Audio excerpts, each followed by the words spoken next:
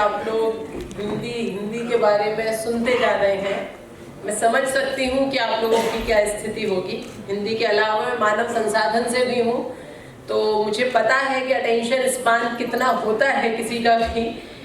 2.5 घंटे तक रहना बहुत मुश्किल काम है, और वो भी तब जबकि आपके दोपहर के भोजन का समय हो गया हो। और अशोक जी ने भी मुझे बोल दिया है कि आपको 10 मिनट का समय घट के सिर्फ 2 मिनट रह गया है मेरे लिए। तो अब मैं कोशिश करूंगी, बस मतलब ये बहुत ही सौभाग्य की बात है मेरे लिए जो इस मंच को आज मैंने साझा किया है, जिस मंच पे इतने हिंदी के प्रकांड विद्वान हैं, अपने अपने क्षेत्र के महारथी हैं, चाहे न्यायपालिका से हो, चाहे पत्रकारिता से हो, हिंदी के हो। जैसे कि टंडन सर हैं, वो तो मतलब 100 से ज़्यादा पाठ्य पुस्तकें लिख चुके हैं, पीएचडी 100 से ज़्यादा करा चुके हैं, और मतलब बहुत सारा कुछ कार्य कर चुके हैं। वीरेंद्र यादव जी हैं जिन्होंने जो विश्व हिंदी दिवस जो कि 10 जनवरी को मनाया जाता है, उस दिवस को मनाने के प्रस्तावक है। ये हमारे सामने हैं और ये सब अपनी अपनी बातें रख चुके हैं। राहुल जी को और मोनिका जी को हमने सुना ही कितना हिंदी के प्रति इनका प्रेम है, और जिसकी वजह से ही मुझे लगता है कि राहुल जी का जो विचार उद्वेलक जो संबोधन था वो उनका हिंदी के प्रति प्रगाढ़ प्रेम है, जिसकी वजह से ये उनका एक विचार उद्वेलक भाषण निकल के आया था। आप सभी लोगों का मैं अभिनंदन करती हूँ, और मैं धन्यवाद व्यक्त करना चाहती हूँ उन 6 संस्थाओं का जिन्होंने मिलकर इस भव्य आयोजन का पूरा आयोजित किया ये कार्यक्रम, जिसमें कि पूरा बारीकियों से एक हर जो एस्पेक्ट कहते हैं, हर पहलू इस कार्यक्रम का उन्होंने अपने हाथों से इसको इस मूर्त रूप में दिया है। मेरी संस्था से श्री राजा राम जी और अस्मिका जी और उनकी टीम है, मुझे पता है कि पिछले कुछ दिनों से किस तरह से वो लोग इस कार्यक्रम को सफल बनाने के लिए अपना पूरी तरह से तैयारी में लगे हुए हैं।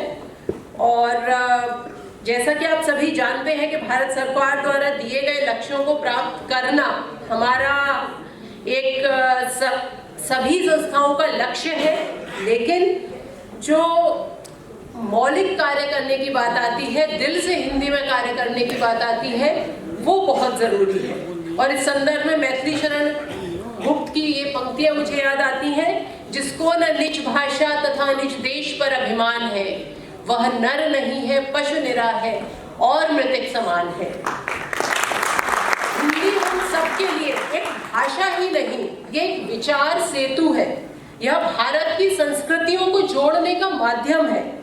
इस दृष्टि से हिंदी संयोजक भाषा, संपर्क भाषा, राजभाषा और राष्ट्रभाषा पूरे भारत में ही नहीं बल्कि विश्व के कई देशों में व्यापक और विस्तृत रूप से स्वीकृत है। जैसा कि अभी मोनिका जी ने बताया, मुझे इस पर ज्यादा प्रकाश डालने की जरूरत नहीं है।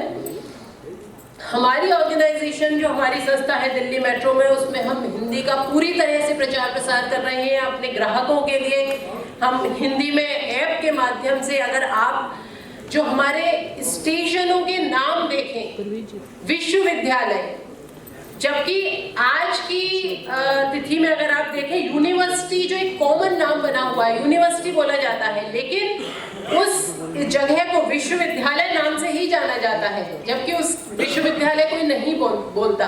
तो इसी तरह से छोटी छोटी चीजों के माध्यम से हमारी संस्था अपना पूरा योगदान दे रही है।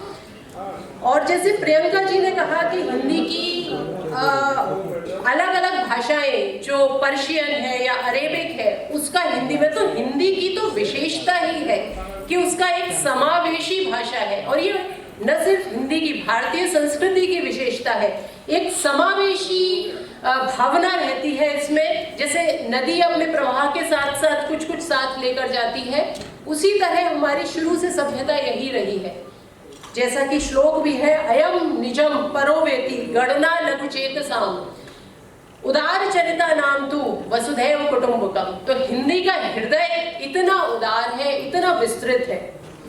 और जो कि इस आज के इस मंच का विषय था, न्यायपालिका और मीडिया में हिंदी की भूमिका, तो न्यायपालिका में जैसे काफ़ी बोला मोनिका जी ने उसके बारे में, और मुझे लगता है कि इसमें कोई हिंदी का प्रयोग करने में कोई बाधा नहीं है। अगर कोई कमी है तो सिर्फ हमारी इच्छा शक्ति में कमी है। जो हमारे घरों में प्रयोग की जाने वाली हिंदी है और जो हमारे ऑफिस में कार्य करने वाली हिंदी है, उसमें कोई अंतर नहीं है। जो हम हिंदी जिस तरह से बोल रहे हैं, हम उसी भाषा को अपने कार्य में करें। और ये आप सब जानते हैं कि जब आप अपना कार्य करने के लिए कलम उठाते हैं या कंप्यूटर में टाइप करने के लिए कीबोर्ड उठाते हैं, सबसे पहले जिस विषय पर आपको लिखना होता है, आप सोचते हिंदी में है, उसके बाद आपका दिमाग उसको इंग्लिश में अनुवाद करता है और उसको लिखता है। तो क्यों करते हैं हम ऐसा? हम अपनी इच्छा शक्ति का प्रयोग करें और अपने ऑफिस का अधिकतर कार्य हम हिंदी में करें। यह अरण्य झुरमुट जो काटे, अपनी राह बना ले, कृतदास यह नहीं किसी का जो चाहे अपना ले। जीवन उसका नहीं युधिष्ठिर जो उससे डरते हैं, यह उनका जो चरण रोप निर्भय होकर चलते हैं। और यहाँ तो लड़ाई किसी और से नहीं है, महाभारत किसी और से नहीं है, हमारी अपने आप से ही है। जैसा कि अभी और मंचासीन अतिथियों ने बोला कि अपनी आगे आने वाली पीढ़ी के लिए ये हमें ही देना है। जो हमारी पुरानी पीढ़ियों ने, हमारे माता और पिता ने जिस तरह से हमारे अंदर वो हिंदी का अंकुर बोया था, क्या हम अपने बच्चों के अंदर वो हिंदी का अंकुर बो पा रहे हैं? अभी प्राथमिक शिक्षा की बात हो रही थी। प्राथमिक शिक्षा से लेके आगे जैसे आने वाली क्लासेस में वो जाते जाते हैं, हम पूरी तरह से कोशिश ये करते हैं कि उनकी इंग्लिश अच्छी रहे। हिंदी को एक विषय के रूप में हम बस पढ़ाने की उनको कोशिश करते हैं।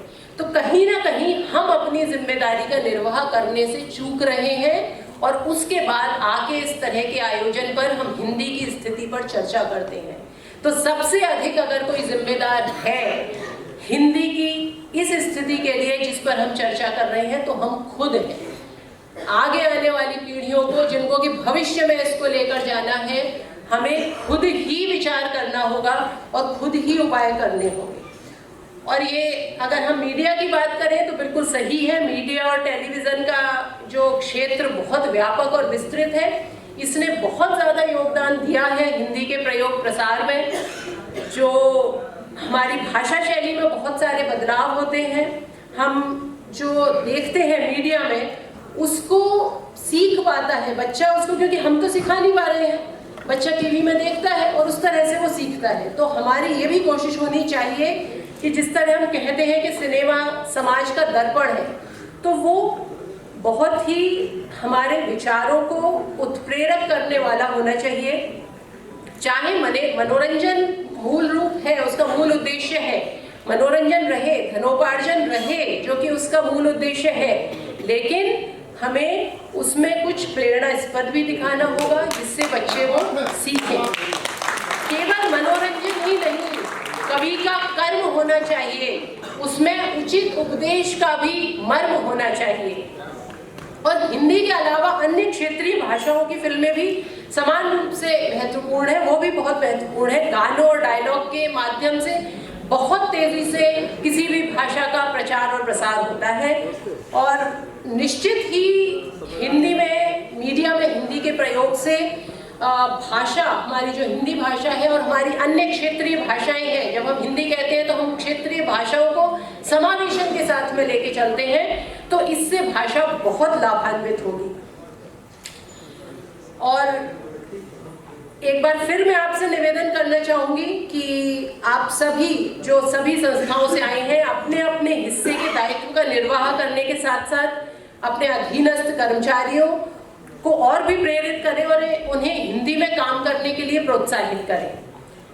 एक बार पुनः आपको बधाइयाँ देती हूँ मैं। और अब मेरे साथ में अशोक जी खड़े हुए हैं, तो मुझे उनका मतलब समझ आ रहा है कि भोजन का समय भी अभी हो गया है। तो मैं सिर्फ यही कहना चाहूँगी कि स्थिति है थोड़ी गंभीर, जैसा कि अभी हमने सुना, पर हमें अपने प्रयास जारी रखने हैं।